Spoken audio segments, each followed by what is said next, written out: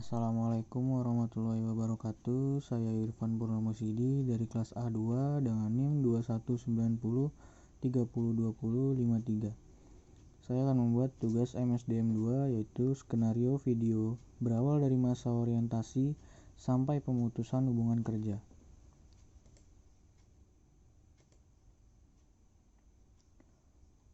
Yang pertama ada masa orientasi karyawan baru. Perusahaan saya bergerak di bidang kuliner, yaitu coffee shop and pastry. Yang pertama adalah karyawan baru bertemu dengan HRD untuk diorientasi dan diberikan informasi detail tentang coffee shop ini. Setelah itu, dipertemukan dengan supervisor atau manajer yang berwenang untuk pengenalan sarana dan prasarana yang ada. Berikutnya, karyawan baru diperkenalkan kepada staf-staf yang ada dan diajarkan bagaimana SOP yang baik yang berlaku di coffee shop ini. Berikutnya ada profil perusahaan, yaitu bergerak di bidang kuliner coffee shop and pastry yang berdiri sejak awal tahun 2021. Coffee shop ini menyediakan beragam menu kopi dan pastry. Kami juga menyediakan tempat yang sangat aman dan nyaman, seperti di rumah sendiri, karena tempat yang kita sediakan didesain seperti rumah-rumah di masyarakat Indonesia dan memisahkan antara konsumen yang ingin merokok dan yang tidak merokok.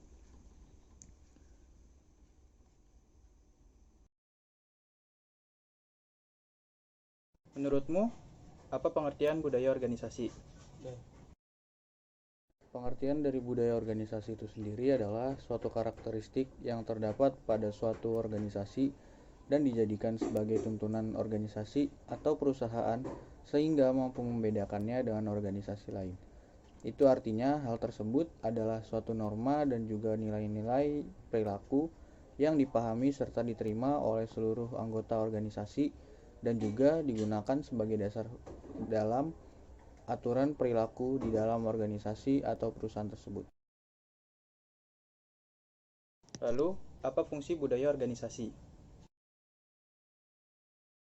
Fungsi budaya organisasi adalah meningkatkan adanya rasa kepemilikan dan loyalitas setiap karyawan di dalam perusahaan dan digunakan sebagai alat untuk bisa mengorganisasikan setiap anggota, meningkatkan kekuatan nilai suatu organisasi, dijadikan sebagai mekanisme dalam mengontrol perilaku di dalam lingkungan pekerjaan, mendorong seluruh struktur anggota untuk bisa meningkatkan performa kerja, baik itu di dalam jangka pendek ataupun jangka panjang.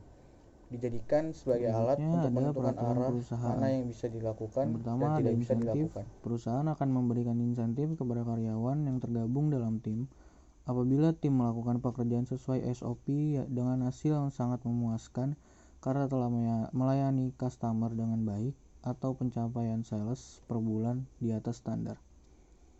Yang kedua, ketentuan umum peringatan atas pelanggaran. Setiap ucapan, tulisan, atau perbuatan karyawan yang melanggar ketentuan yang diatur dalam perjanjian kerja dan peraturan perusahaan atau kesepakatan kerja bersama dapat dikenakan sanksi. Apabila pelanggaran tersebut di atas mengakibatkan kerugian bagi perusahaan, maka selain dikenakan sanksi, karyawan wajib mengganti rugi kepada perusahaan. Berikutnya ada scourging. Perusahaan dapat melakukan tindakan scourging kepada karyawan yang sedang dalam proses PHK dengan tetap wajib membayar upah dan hak-hak lain yang biasa diterima karyawan sesuai Undang-Undang Nomor 13 Tahun 2003. Berikutnya ada pemberian surat peringatan. Surat peringatan pertama, kedua, dan ketiga tidak perlu diberikan menurut urut-urutannya, tapi dinilai dari besar kecilnya pelanggaran yang dilakukan oleh karyawan. Tingkatan surat peringatan ditentukan bersama oleh atasan langsung minimal setingkat manajer dengan bagian sumber daya manusia dan disetujui oleh direksi. Dalam hal surat peringatan diterbitkan secara berurutan, maka surat peringatan pertama berlaku untuk jangka 6 bulan. Hak karyawan. Setiap karyawan berhak atas imbalan berupa gaji, tunjangan, dan pendapatan lain yang ditetapkan sesuai dengan pekerjaan dan tanggung jawabnya. Setiap karyawan berhak atas waktu dan hari istirahat kerja serta cuti. Setiap karyawan diikutsertakan dalam jam sostek Jaminan Sosial Tenaga Kerja sesuai Undang-Undang Republik Indonesia Nomor 3 Tahun 1992 yang programnya meliputi jaminan kecelakaan kerja dan jaminan hari tua yang dikaitkan dengan jaminan kematian. Berikutnya lagi ada tata tertib kerja.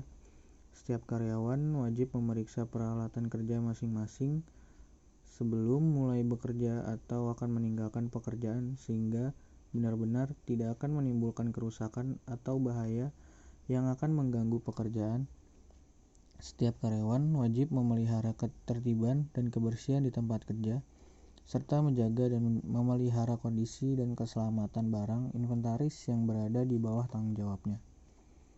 Setiap karyawan wajib bersikap, berperilaku, dan berpakaian yang pantas dan sopan.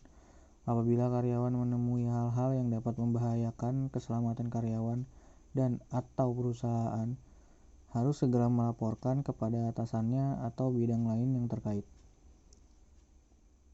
Selanjutnya ada kewajiban melaksanakan tugas dan kewajibannya dengan penuh kesadaran dan tanggung jawab. Bekerja dengan jujur, tertib, cermat, dan bersemangat untuk kepentingan perusahaan. Memelihara dan meningkatkan keutuhan, kekompakan menciptakan dan memelihara suasana kerja yang baik, menggunakan dan memelihara barang-barang milik perusahaan dengan sebaik-baiknya, membimbing bawahannya dalam melaksanakan tugasnya, menjadi dan memberikan contoh serta teladan yang baik terhadap bawahannya, mendorong bawahannya untuk meningkatkan prestasi kerjanya. Berikutnya ada faktor munculnya stres di perusahaan. Faktornya itu adalah biasanya atasan yang penuntut, lalu konflik dengan rekan kerja, lalu beban kerja yang terlalu berat,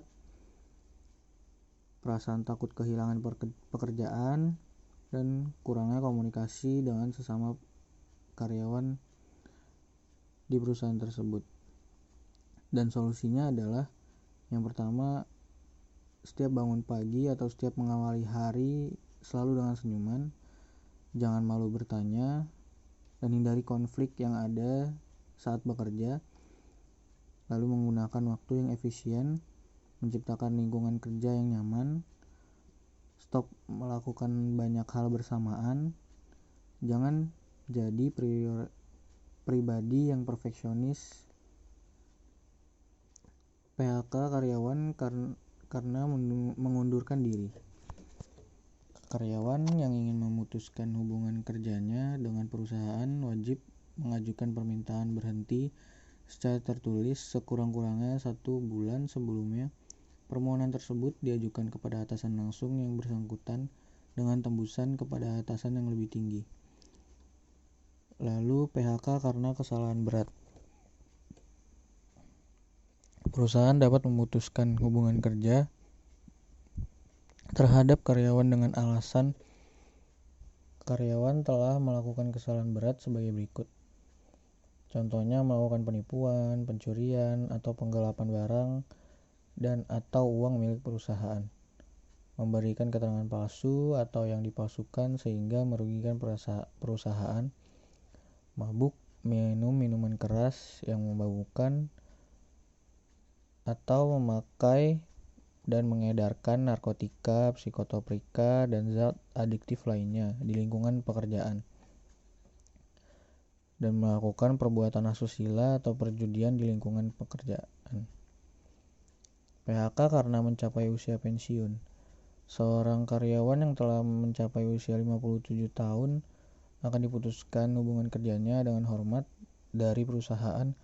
Maksud dari perusahaan untuk memutuskan hubungan kerja tersebut akan disampaikan secara tertulis oleh bagian sumber daya manusia atau HRD kepada karyawan yang bersangkutan sekurang-kurangnya 1 tahun sebelumnya dan diulangi 11 bulan kemudian.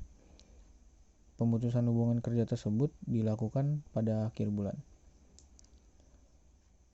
Sekian dari saya, kurang lebihnya mohon maaf. Wassalamualaikum warahmatullahi wabarakatuh.